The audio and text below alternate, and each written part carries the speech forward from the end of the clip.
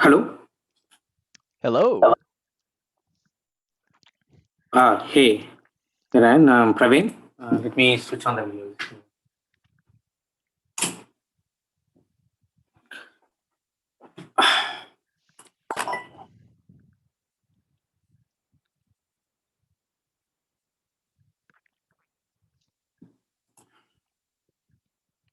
Hey, can you see me? Yep. Okay. Okay. Hey, how are you doing, Ryan? Good. Yourself? I'm doing good. Okay. I'm Praveen. I manage the ASIC design team in Velodyne. So I think this position, particularly, we are looking for is for a new person to kind of come and join on our validation side, headed by Ishwar. Hmm. So I'm thinking like you probably talked to him already or something. Yeah, I talked to Ishwar on Monday. Okay. How did it go? It went well. I think I met a lot of the soft skills he's looking for, but he did mention that I need a bit of a refresher on some of my basics Okay. because he asked just a couple questions that I couldn't answer off the top of my head. Hmm. Yeah, some things that I haven't looked at in a while that I needed to review. Okay. Yeah. So he was kind of particularly saying that like you kind of wanted to move into this electronic side at this point, and then you're just about to graduate. So what's the motivation for you, just for me to understand on that point? Like, so. Um, I just graduated 2 months ago, so I'm just trying to get into the industry and get the experience because nobody really wants to hire new graduates. Everybody's looking for somebody with at least a little experience. So validation seemed like a good place to get started. Hmm. That being said, down the line, I do think that I'd be interested in perhaps design. I think that might be interesting. Okay. Okay. So in terms of any of your projects or something, have you worked on anything related to measurement scopes in the lab? What kind of stuff have you done? I've been working with oscilloscopes for the past 2, 3 years throughout school, uh, measuring stuff, reading signals. I have my own little home one. It's just a little box that plugs into my laptop, and then it works as an oscilloscope. It's pretty Mm, rudimentary, but it definitely gets the job done. I mm, had used that for my senior project. We built a wireless EKG device, mm, and initially we had just looked up the circuits, how are they built, what are they constructed of, and we had built them out by hand on breadboards. So while we were building that, we had to use my oscilloscope to generate something that looked like a heart signal and mm, then check that it was passing through our circuit as expected and filtering where we thought it would. And then we ended up finding an integrated circuit that did most of it. So we were mm, able to string those together. But then again, that was still using the oscilloscope to check that are we getting signals passing through these pieces where we think they're going. mm. So I've been using oscilloscopes quite a bit. Okay. So in terms of general equipments and stuff like which we want to look for, right? I'm going to ask some basic questions just in regarding to the validation side of it, though. Um, so for measuring analog signals, right? Yes, obviously we use analog oscilloscopes and stuff, right? Mhm. But let's say we want to measure a frequency response. What kind of instruments do we have to use? And um, Frequency response.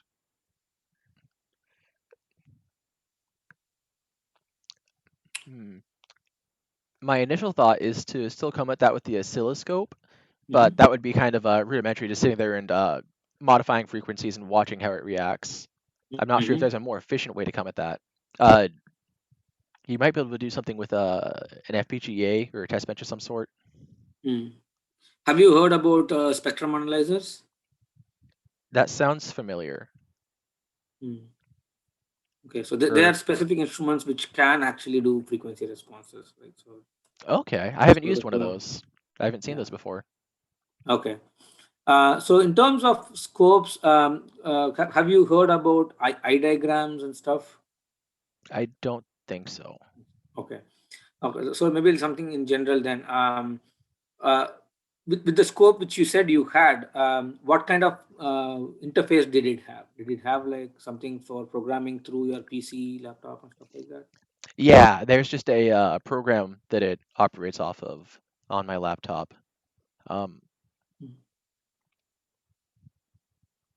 oh, what is So was it like through a GPIO bus? What kind of bus was it? Remember the bus protocols and stuff. Um, I am not certain of that. It was just running off of waveforms. It's the Digilent STM, or not STM, but the Digilent oscilloscope. Hmm. But were you trying to talk to the scope through your PC of some sorts, or was it like manual? Or? Yeah, yeah, it goes to the laptop, but it has a program that it works through. Here, I can Hmm. show you a little. Okay. Yeah, the Discovery 2 is what it is. Hmm. So this is what I was working with. Here is a scope, and then we could get wave generators in here. Hmm.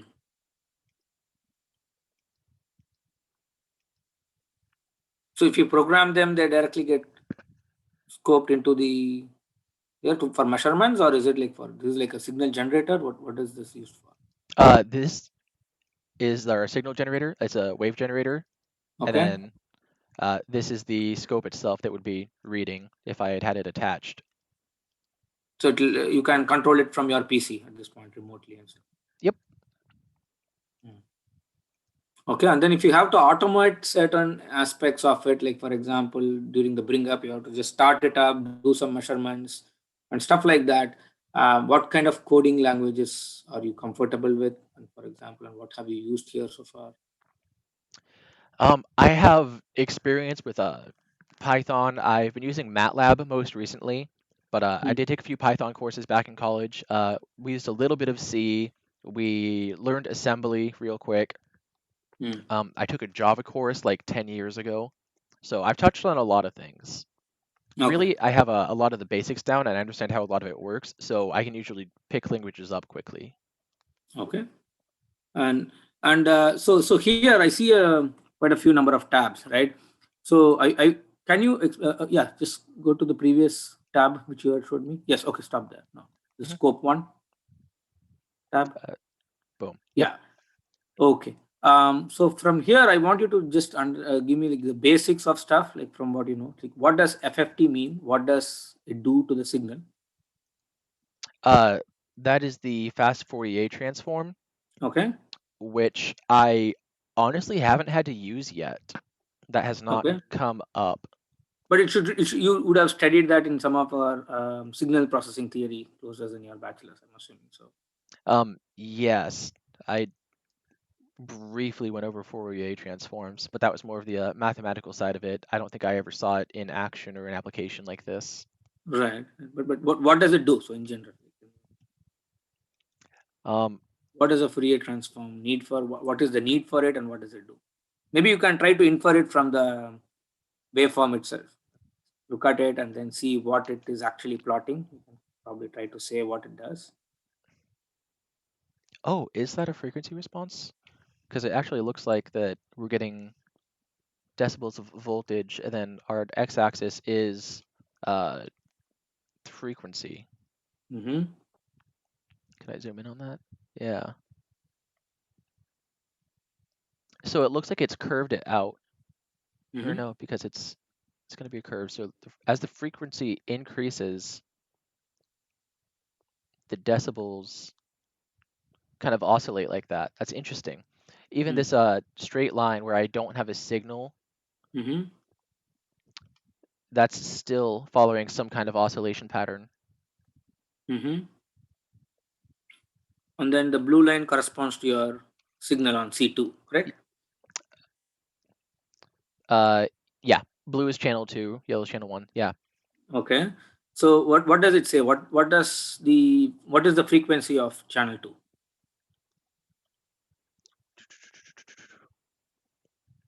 What is that here? Let me get a.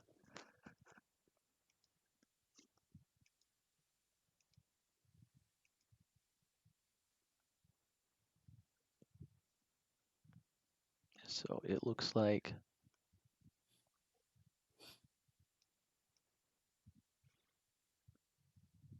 it's a little less than 1 millisecond, or sorry, from there to there.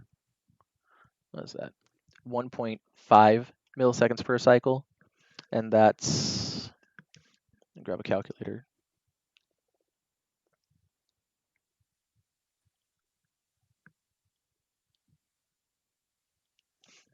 That's 40 hertz, if I remember correctly. Mm-hmm. Okay. 40 hertz. Oh, milliseconds, kilohertz. Okay.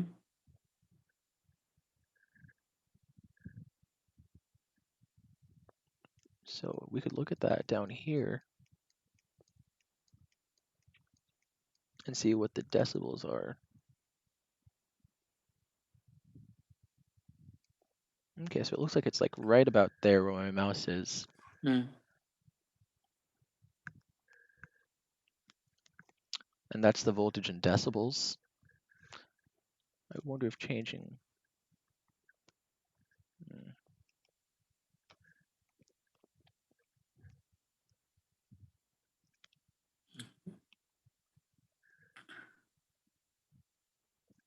C2 is. What's that? 1.75. That looks like 3.5 volts peak to peak. Yeah. Yeah. Zoom out a little bit. Yeah. On this one. Yeah. The frequency response.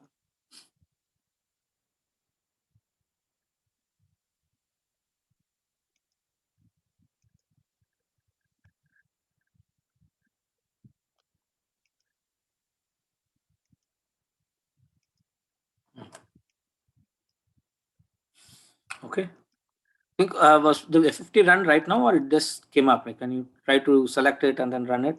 If it's still online. Yeah. Huh. It's actually running on the other one. Can you do on C2?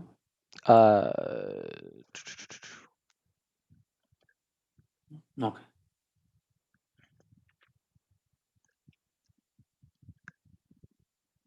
Something's up there. Yeah. Yeah. Okay. Yeah.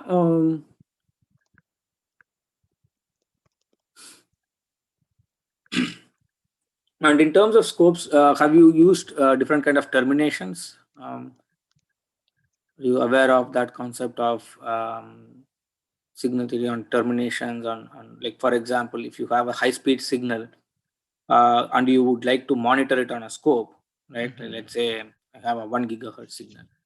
Can you directly take it and view it on the scope? Do you need to do some things to condition it to view it on the scope? Do you know what needs to happen? I don't think my system can handle that. I wouldn't be sure how to measure that. Have you heard of transmission lines? Yeah. Okay, so what does it do? Like, for example, if you have a what does the transmission line theory normally say? Like, for Oh, example, transmission line theory. I was thinking of literal transmission lines, like running over streets. Ah, Oh, what was transmission line theory? That was a couple years ago. I don't remember transmission line theory off the top of my head. okay. So let's say you have a signal which is like 50 ohms here, right? And then you have a long line which is like a transmission line. And at the end of it, if you have to monitor it on a scope here, right? You give it to the scope. Normally the scope has, do you know what kind of impedance does the scope offer to this line? Whatever its internal resistance is. Do you know what that values are generally, typically? Not off the top of my head. Okay. So, but if you want to guess something, for example, anything which has to be measured, there is an impedance, right? At that point, for sure, right? Mhm. What should this value be high? Should this value be low? Ideally, we want it to be low to cause as little interference with the measurement as possible, correct? Can you do the mathematics and then see? For example, you're trying to monitor a signal right here, where something is operating, right? Hmm. You are trying to look at this signal. So what Oh, happens when if you do a high value here or a low value here? you want a high value over there so that it's not interrupting the signal. Okay, so generally scopes have very high values, right, in terms of mega ohms or kilo ohms for this purpose, so that it doesn't interfere with the actual signal itself. Yeah, that makes more Okay. sense. Okay. So now that then basically you have that what you call it as a high impedance measurement at that point, right? Hmm. But there are cases when a high impedance measurement would not work. And that's the concept for a termination line. So have you seen this? Whenever you have long transmission lines, you don't use high impedance, but you use low impedance values. Do you know the reason why? You probably would have studied in your second year or a third year. Um, I've never actually seen these two theories applied together. Transmission lines and the lab oscilloscopes were always separate. I've never seen them combined, Mm. so this is kind of So new here, if you conceptually. go here, is there like settings in a scope? Do you have different Uh, sorry, where? termination settings here? Maybe you can go and find out in case you're doing it.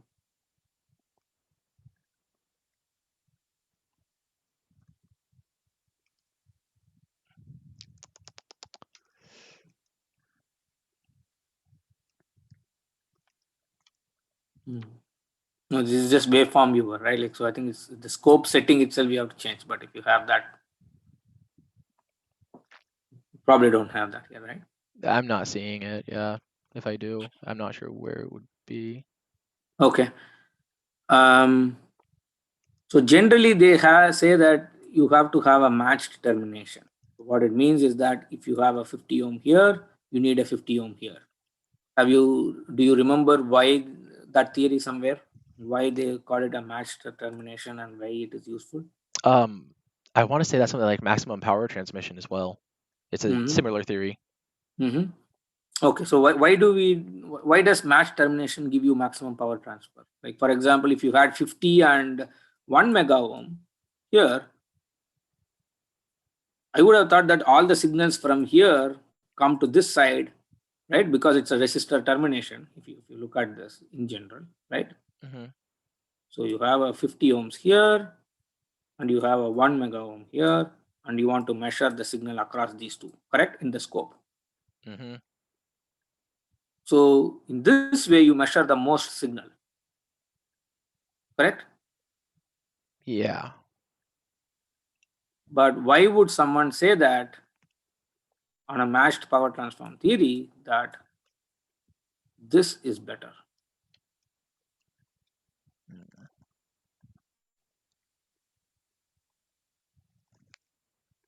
I remember there's an equation for that where for some reason that leads to getting the value closest to 1 because you're getting the least amount of power loss there. I don't remember why. Mhm. Does it have to be with something with the load resistance being equivalent? So that's why it's the same. The load resistance being equivalent helps in a different reason, right? Okay. But in terms of signal, is this good? Not good. Um, it depends on the system because normally we want that high impedance, but you're saying for high frequencies we don't. Mm-hmm. There is a reason for it, as I'm trying to see if Hmm. if it triggers your memories. Hmm. Frequency amperage. The lower resistance is going to generate less voltage because the amps are going to be the same. I'm reaching. I don't think so. I don't think I'm seeing it. Okay. I'm giving you my email ID just in case, like maybe even if we finish in the next 15-20 minutes or so, right? Like, see if you can read about it and then get back to me. Okay. Yeah, for sure. Just say put that in the chat window. You can just copy and keep it. Okay. I'll save that real quick. Okay. Um.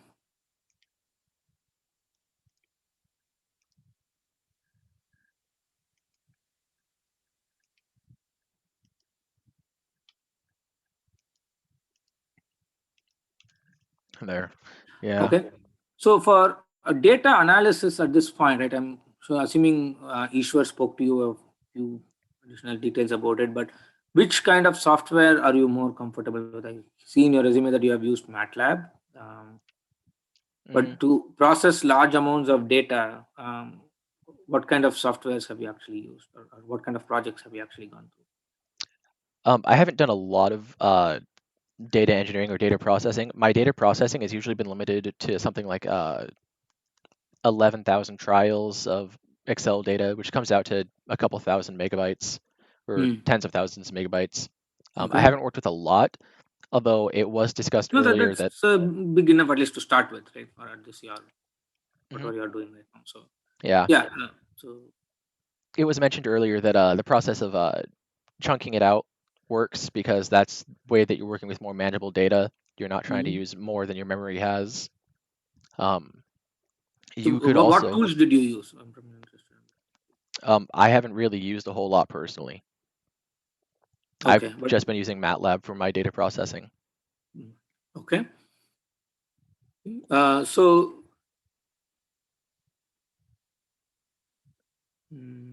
yeah, kind of. I'm thinking. Do you have MATLAB up here? Um, I believe so.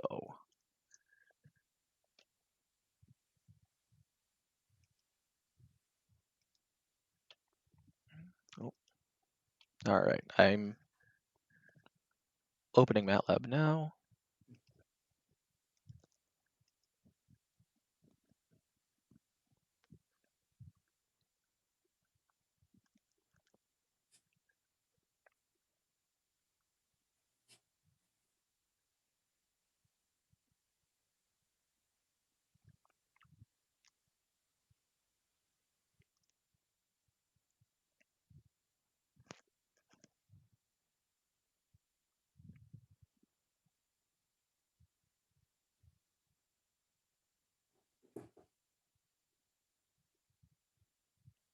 Sorry, I am working off a laptop with limited memory. Sure. So I just want to give you a small problem where you can kind of work through it at this point. hmm Um, just take kind of a random data stream at this point, right? You can just generate a random vector, and then I want you to parse it through an array and then plot it in a fashion of like a Gaussian curve, right? Like I want you to kind of find the mean, variation, and sigma for it. Okay, so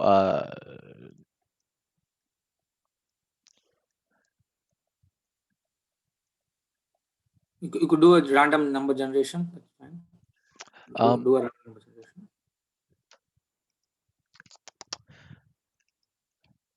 I haven't done that before. Let me look up. I'm not sure of the syntax for that, so let me give 1 second.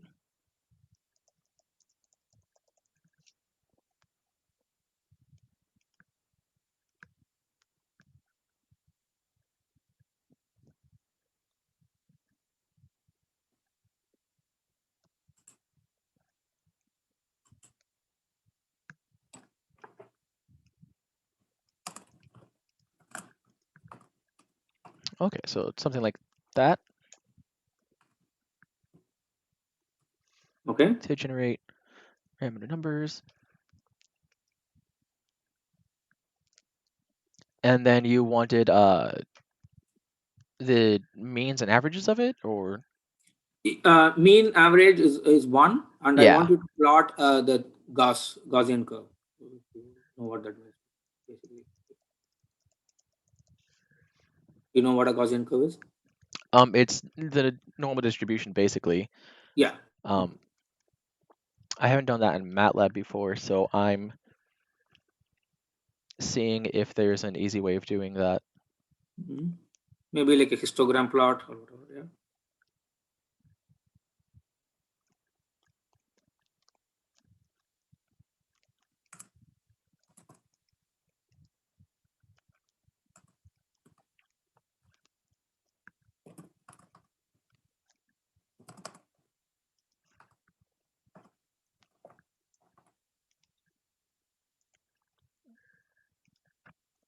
All right, so I'm going to run this piecemeal, just make sure it's operating how I'm expecting it to.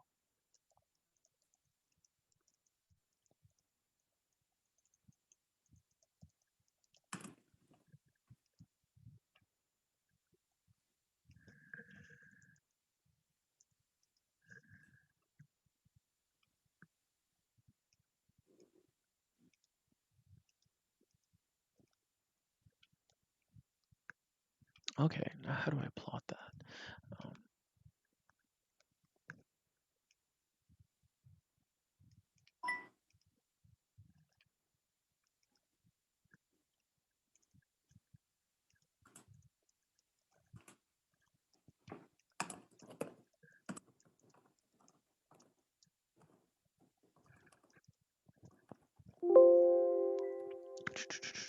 oh, I capitalized that.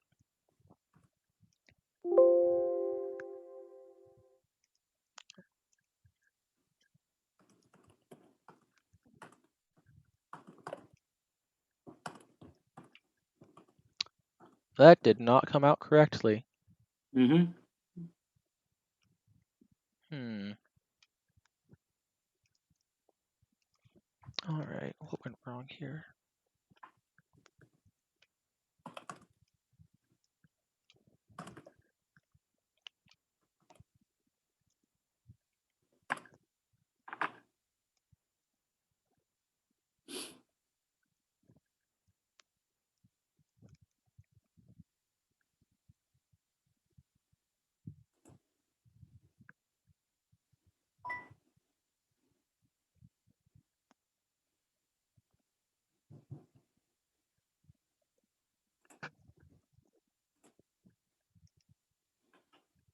Okay.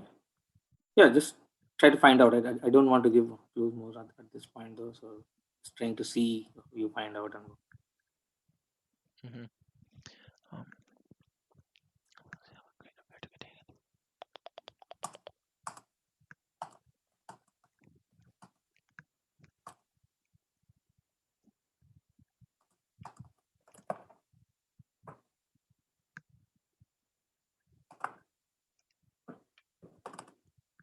okay, let me look at this again. 0 to 1, that's what I expect. 0 to 4.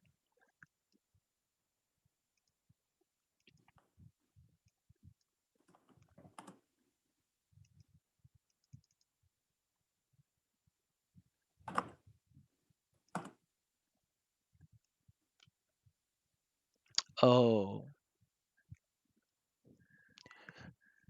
it needs to be sorted in order before it's gonna.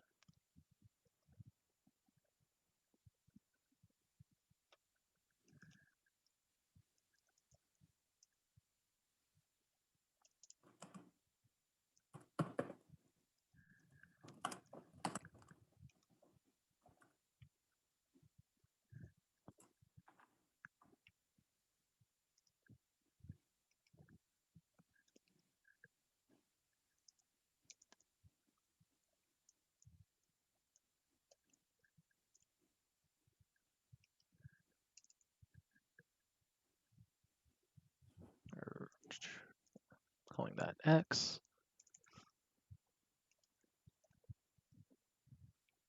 And then hopefully this will have the x coordinates in order.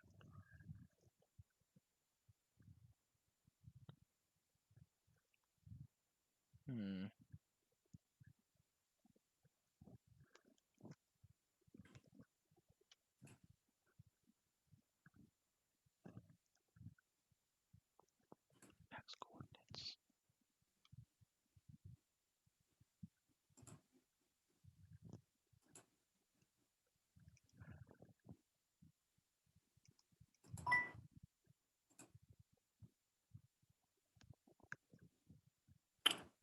Okay.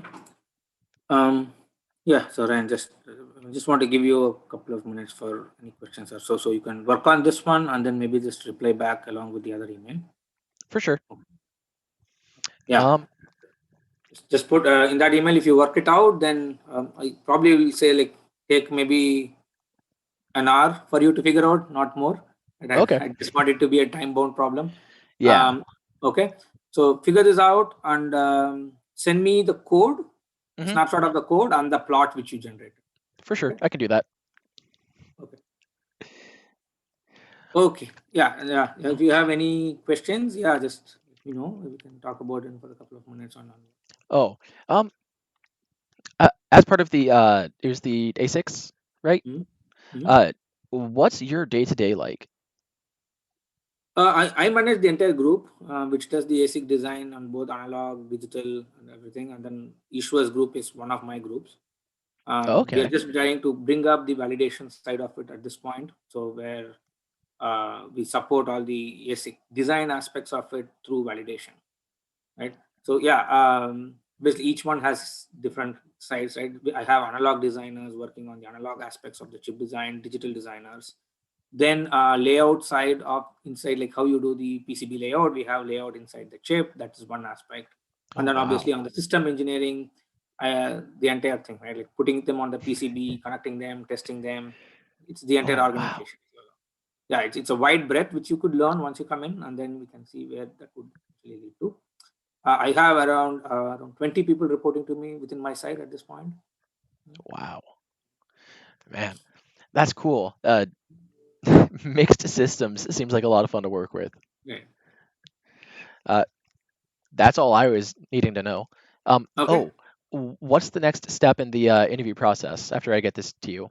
Will Poonam Yeah, we reach out to will me? get back for a formal review of all the people, what the people have think about you based on your interviews. Right. Hmm So we'll have a roundtable. Hopefully by I think Monday is a holiday, so Tuesday, and then we'll kind of discuss and decide on the next steps. Okay, sounds awesome. I look forward to hearing back from you guys. Okay. Yeah. But yeah, just get back to me within an hour. So let's see. Yep, Okay. And I'll then have it if for you. you yeah, whatever the status is at that point, it's fine. Right. Hmm Thank you. Thanks, Ryan. For sure. Thank you.